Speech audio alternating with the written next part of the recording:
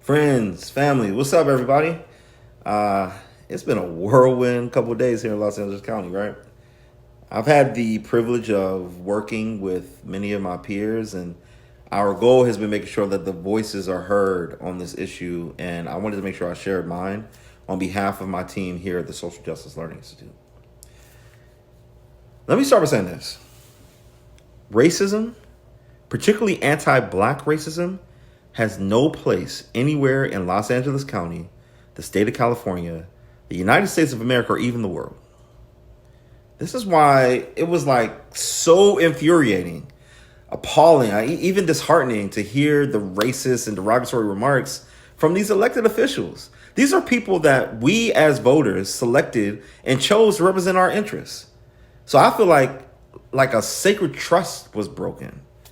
You know, when you listen to that entire audio and the casualness of their conversation, how they were manipulating the redistricting process just for political gain, it showed that the disenfranchisement of Black and Indigenous Los Angelenos was just business as usual. You got to hear firsthand the pervasiveness of the system of white supremacy and how its application is still fundamentally anti-Black, even if the wielders of its power are people of color like Nury Martinez, Gil Cedillo, Kevin De León, and Ron Herrera. You know, this type of energy, though, it's not new. Black people are consistently displaced and disregarded. For example, Black Los Angelenos make up 40+% of the unhoused population, and we're continuing to deal with mass incarceration, police brutality being at all-time highs. We know the data, we know the math. This is why we do the work. And that work is the reason why I feel like there's hope. You know, when I was contemplating on all the things that have transpired in the last 48 hours, I really started to think about my team and the youth and the families that we work with and their communities that they live in. It's really an honor to work in concert in solidarity with leaders of color who are majorly Black and brown here at the Social Justice Learning Institute.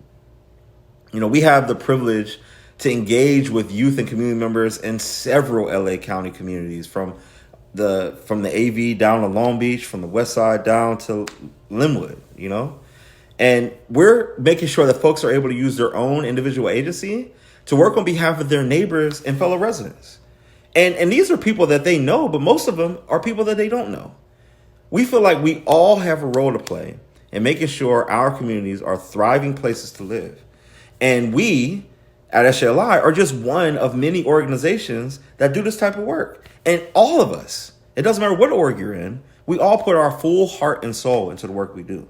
We don't shy away from it because we understand that lives are in the balance. So we do that work to make sure that we create the change we want to see every single day. You know, so many of us have been doing this work for years. I can name off many different organizations that have folks who have been here forever. And our elected representatives are supposed to be our allies. They're supposed to do the work of codifying the change we want to see while we're out taking care of business every day in our community, standing in the gaps that exist. It's really frustrating, man. And this work is not easy.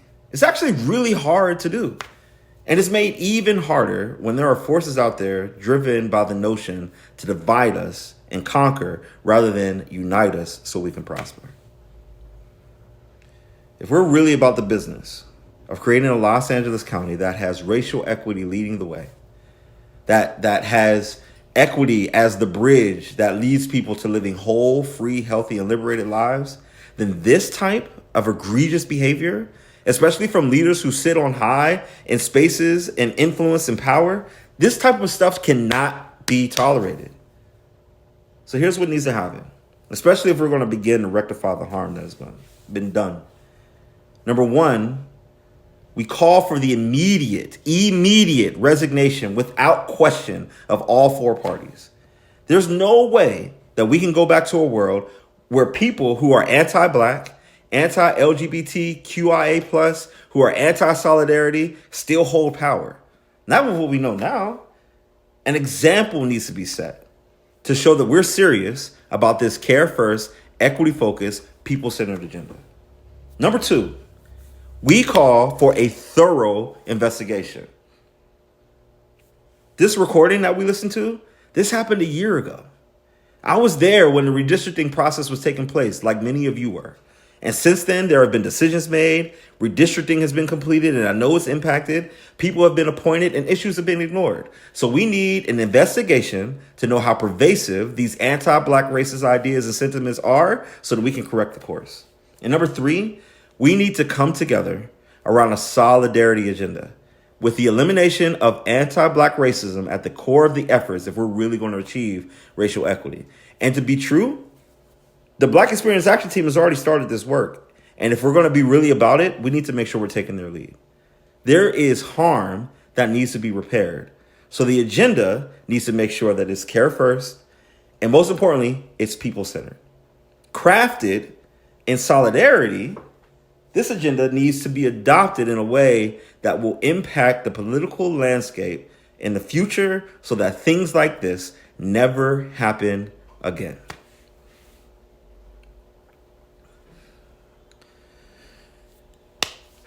Man, we're here alongside so many of you with our Black and brown brothers and sisters during this time as we fight against the systems that try to tear us apart.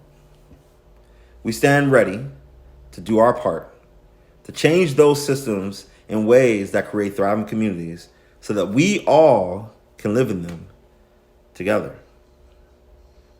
So let's do this work. I got your back. Let's take care of business. Peace.